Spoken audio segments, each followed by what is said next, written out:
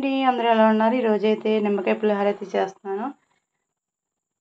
చూడండి రైస్ అయితే వండాను. దీంట్లో క్యారెట్ అయితే తురిమేసానండి.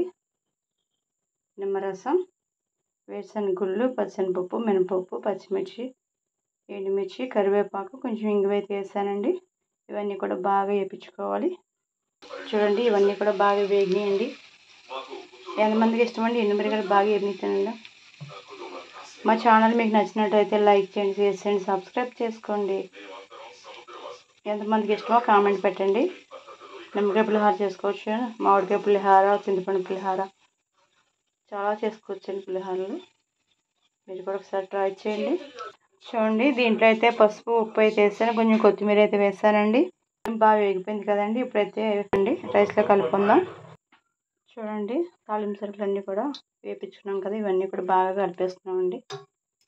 ఇందులో అయితే కొంచెం చల్లారేక నిమ్మరసం అయితే వేసుకుందాం.